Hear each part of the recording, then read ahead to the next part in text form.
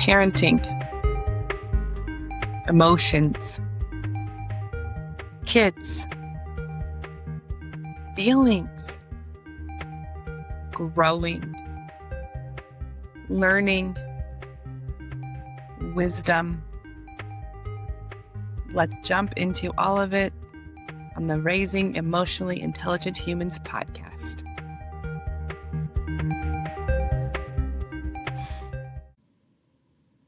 Welcome to another episode of the Raising Emotionally Intelligent Humans podcast.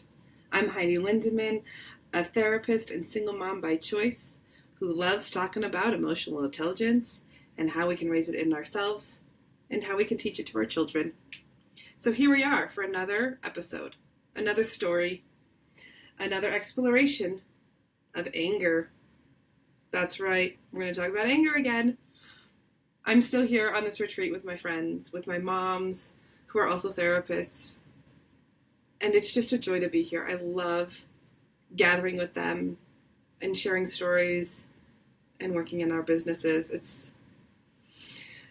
really is so lovely to have some time to just be in community with them, because moms are really important. It's really important that we have our villages, that we have our community, that we have our people.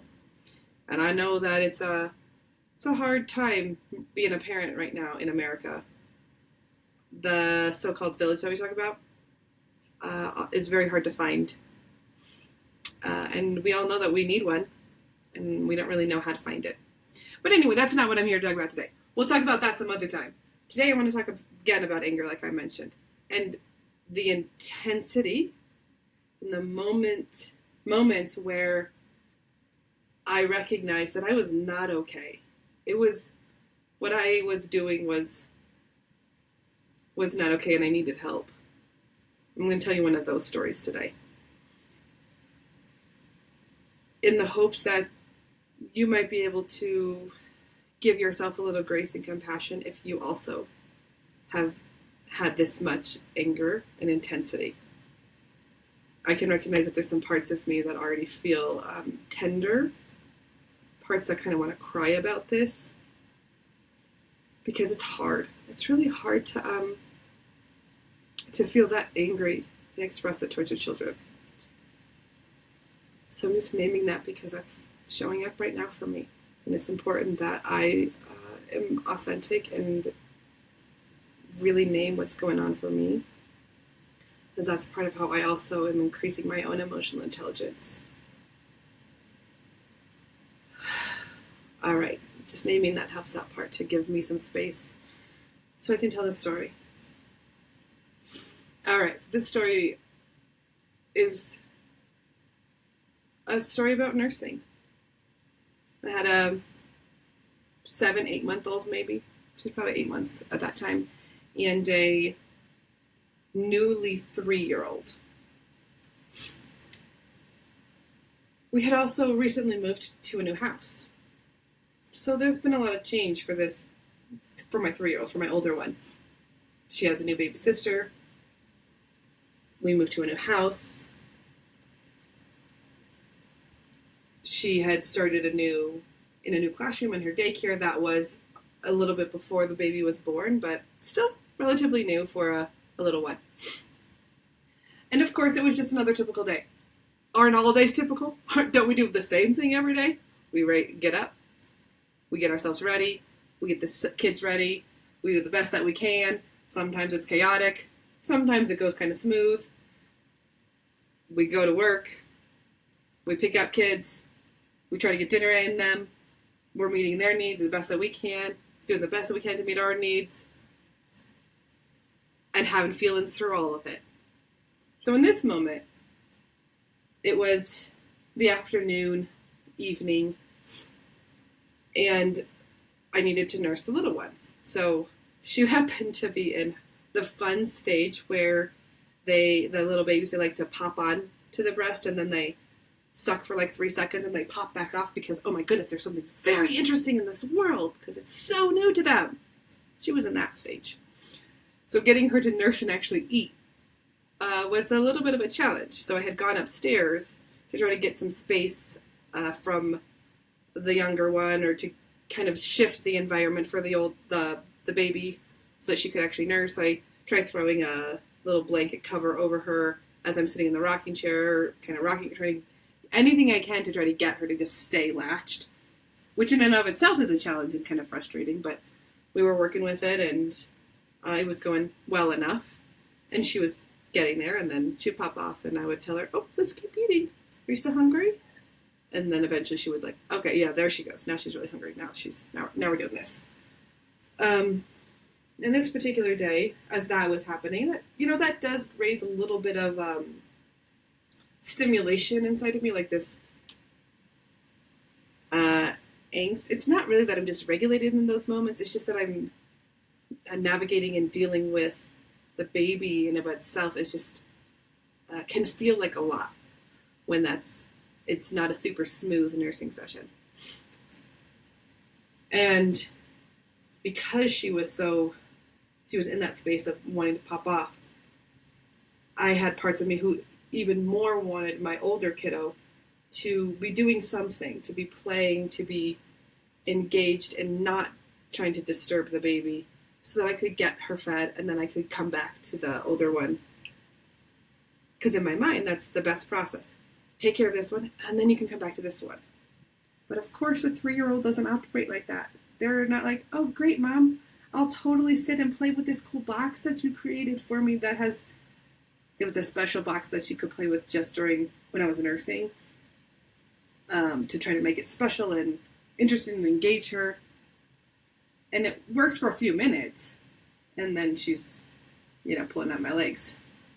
Because that's what a 3-year-old does. They just want their mom. They just want you. They want to be around me. She wants to hang out with me. She wants to be sitting on my lap, which is really hard to do when you're nurturing. So she's sitting there and she's pulling out my leg, and she's also has volume increasing. She's being kind of loud, and as a 3-year-old is. It's not like she was doing anything that was out of the ordinary for a 3-year-old. And I couldn't handle it. I could feel it. There's tightness in my chest, this burning, this hotness, this anger. Deep, deep anger. As she's pulling in my pants, and I do not like that. I have some sensory differences that there's certain things that just really bother me. When people pull out my pants or my legs or hold on to me in places or touch me when I don't want to be touched, it really aggravates me. And that was happening. And I couldn't get her to stop because I was trying to feed the baby.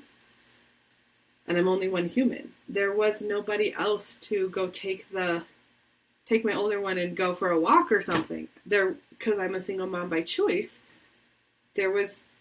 I have to do it all by myself. So sometimes these moments are just really overwhelming. And she just keeps doing active things. I think that at some point she started jumping off of my bed or there's a little box in front of my bed that she likes to stand on, and she jumps off of it over and over and over and over and over again. And then she comes and pulls at my legs and then wants me to do something, and it's a lot of activity. And she was whining and she was crying because she's 3. That's what they do. And the intensity and the boil and the tightness, my muscles were so tight. And in my mind, all I could think about were things that were really violent towards her. Wanting to kick her. I did not kick her. I have not ever intentionally hurt my children. I'm saying that as I mean physically. I could feel that. And I could understand why somebody would want to punch or kick their 3-year-old. Because I wanted it to stop. But I knew I was absolutely not going to hit her. No way was I going to do that. And I didn't know what else to do. And I screamed really, really loud. I probably cussed. I screamed so loud that I felt like my entire body was vibrating. It was the loudest I've ever screamed. And I was screaming at a 3-year-old. At her or near her. Wasn't exactly telling her not to do anything, but I was just screaming really loud. And that instantly hit her. And she fell on the floor and she started sobbing. That's where that part of me that feels really sad comes in, because there's a part that hurts so much that I would scream at my kid and scare her like that because she was terrified. And this is what you have to do when you're a parent who has this type of anger that comes out, and parts that feel really bad about the anger.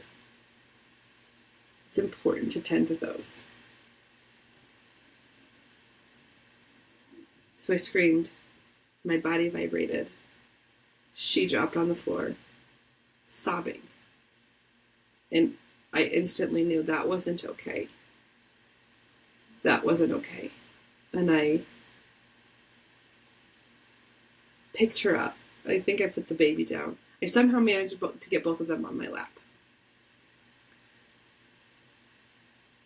And I immediately was like, I'm so sorry, I'm so sorry, I'm so sorry. And then all of us were just crying.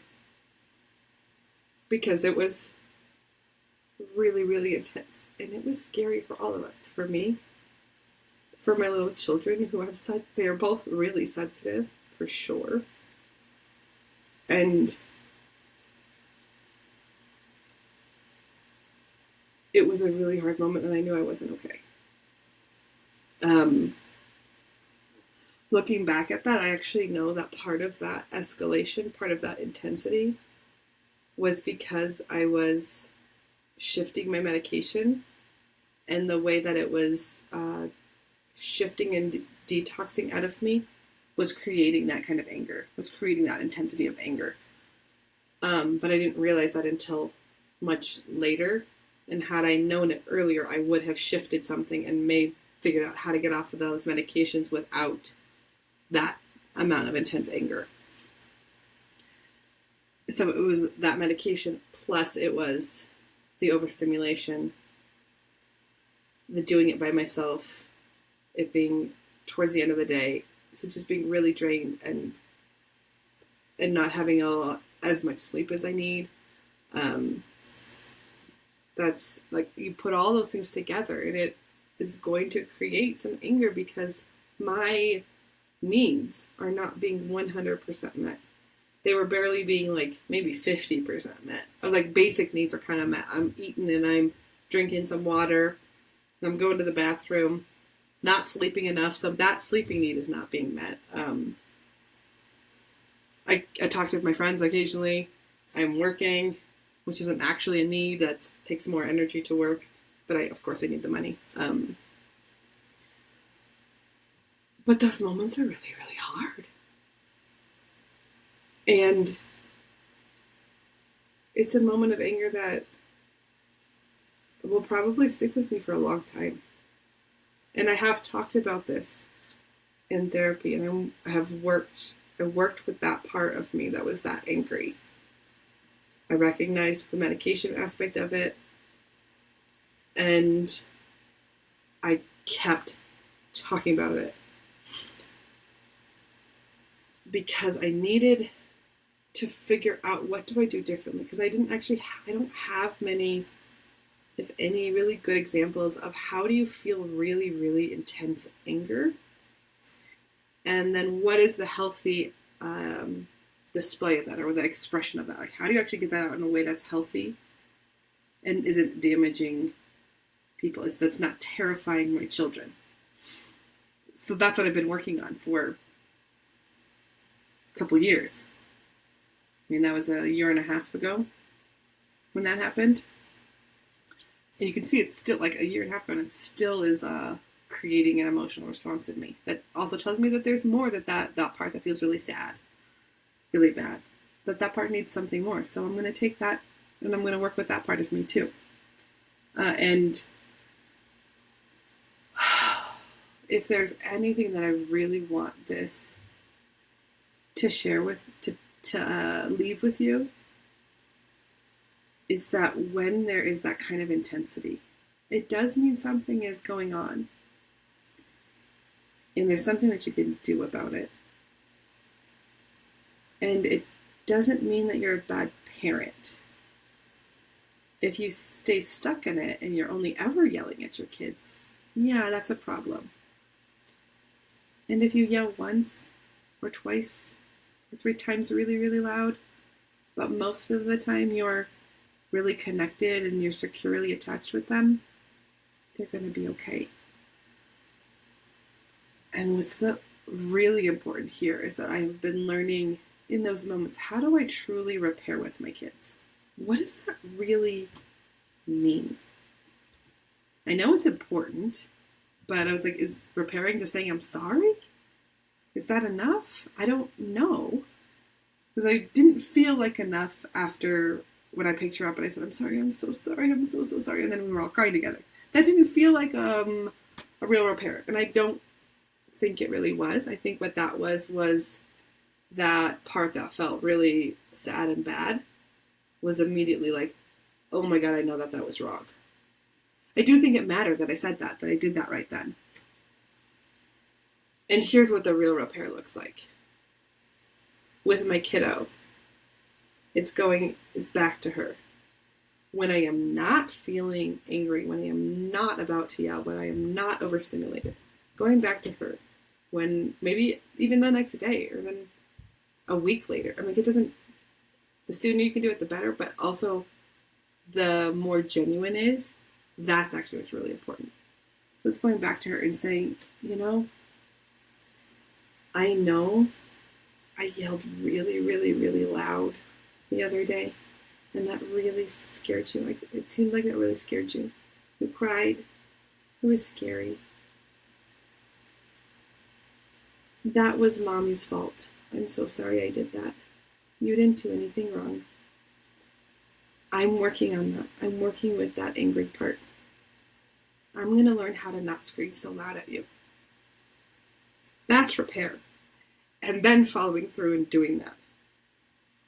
So that they actually see, oh, somebody yelled at me really, really loud. They know they did that. They know it hurt me. They said that they're going to do something about it. And I can tell that they're not yelling at me as much. So the kids probably are not thinking that, obviously, but that's it's the energetic impression. It's the emotional stamp of the house that you're leaving with them. That's what they're going to remember. They're going to remember that my parent kept coming back when they were angry, dysregulated. They owned it. They said that they were going to do something about it. And it seemed like something shifted, even if they can't name logically what happened. As they get older and older, then you can have more conversations with them about what's really going on. And what I know is that from that moment to now, I am a completely different person. Yeah, I still get angry. The way that my anger comes out right now, in my dysregulated moments, is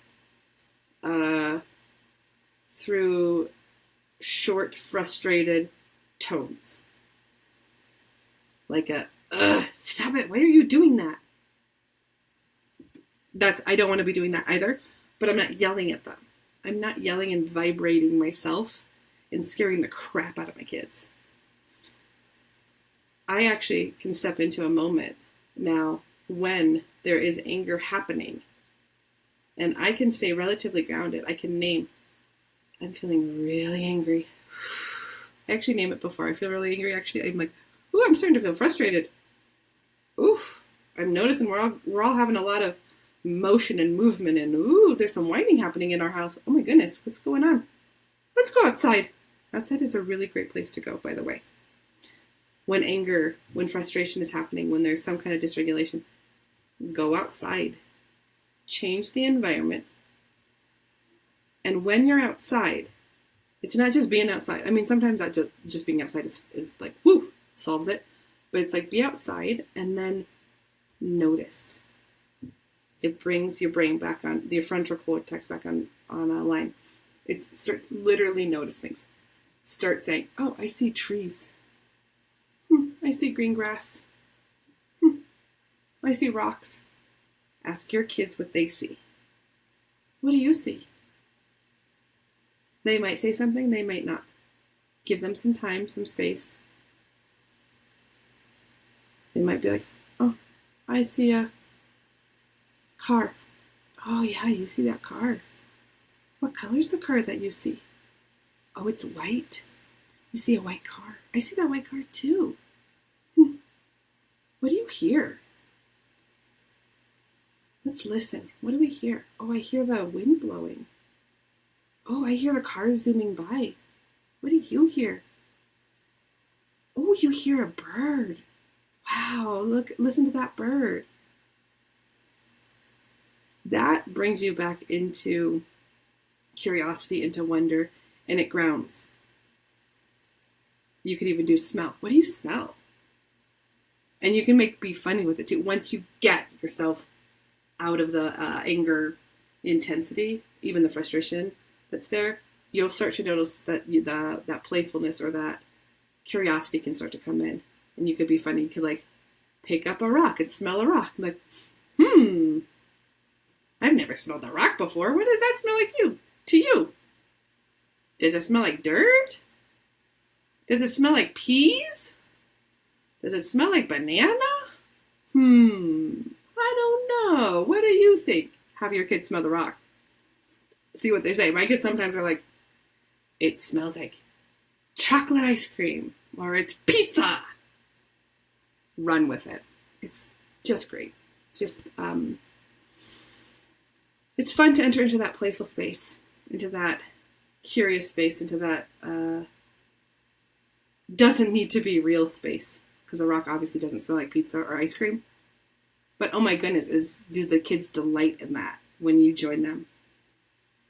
And then at least for when I do that, I start to feel so much more calm, so much more peace inside, and enjoy my kids. Yeah. So anger can become really intense. It sure can. I've been there. That's something that a lot of people call mom rage. And that's not the only moment that I have. There's others. But it's an important thing to notice when you get there. And it's okay to not be okay. It's okay to tell people, I'm not okay. I don't know what I need. I don't know what's wrong, but I know that I'm not okay. I know I don't like this. And then talk about it with people. Talk about it with a therapist. Talk about it with other people who you really trust. And see what happens.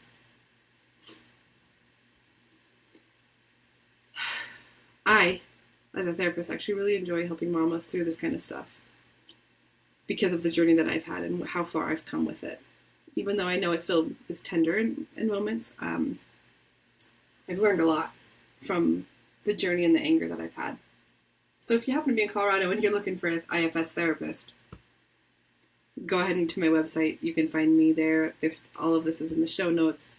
My website, selfgroundedtherapy.org. And book a consultation. If you really need help, get some help. You don't have to do this alone. It's actually really hard to do it alone. Get somebody to help you talk this through so that you can find what actually works for you. How can you actually work through the anger and find a different way to engage with your kids? You'll be grateful for it. They'll be grateful for it. And you'll build more emotional intelligence in your house by doing that. So Mama, if this spoke to you, if there was something that resonated with you, I just invite you to take a deep breath in and to let whatever that was to sink into you.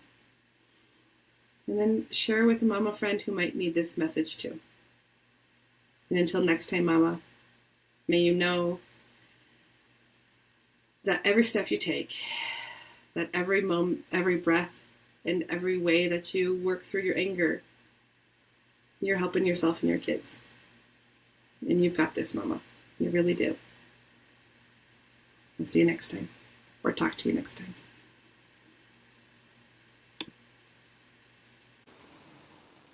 So as we end today, Mama, may you know that you are part of a community. You are creating a better world for yourself and for our children. And I invite you right now, Mama, just to take a deep breath. Take a deep breath in and out. One more time, in and out. Know that as you breathe in and out, you are not alone. We all breathe the same air, and we are connected. And here's the credits. The Raising Emotionally Intelligent Humans podcast was produced and created by me, Heidi Lindemann. New at podcasting, new at hosting, new at producing, doing it all and figuring it out as I go along. So thank you for joining me. And if you enjoyed this episode, please like, please subscribe, please leave a comment. That's what helps the podcast grow, reach more people, so that we can really create the community that we are wanting for our children and for ourselves. Let's keep creating emotional intelligence in this world, doing it one moment at a time, one step at a time, one feeling at a time. Mama, we've got this together.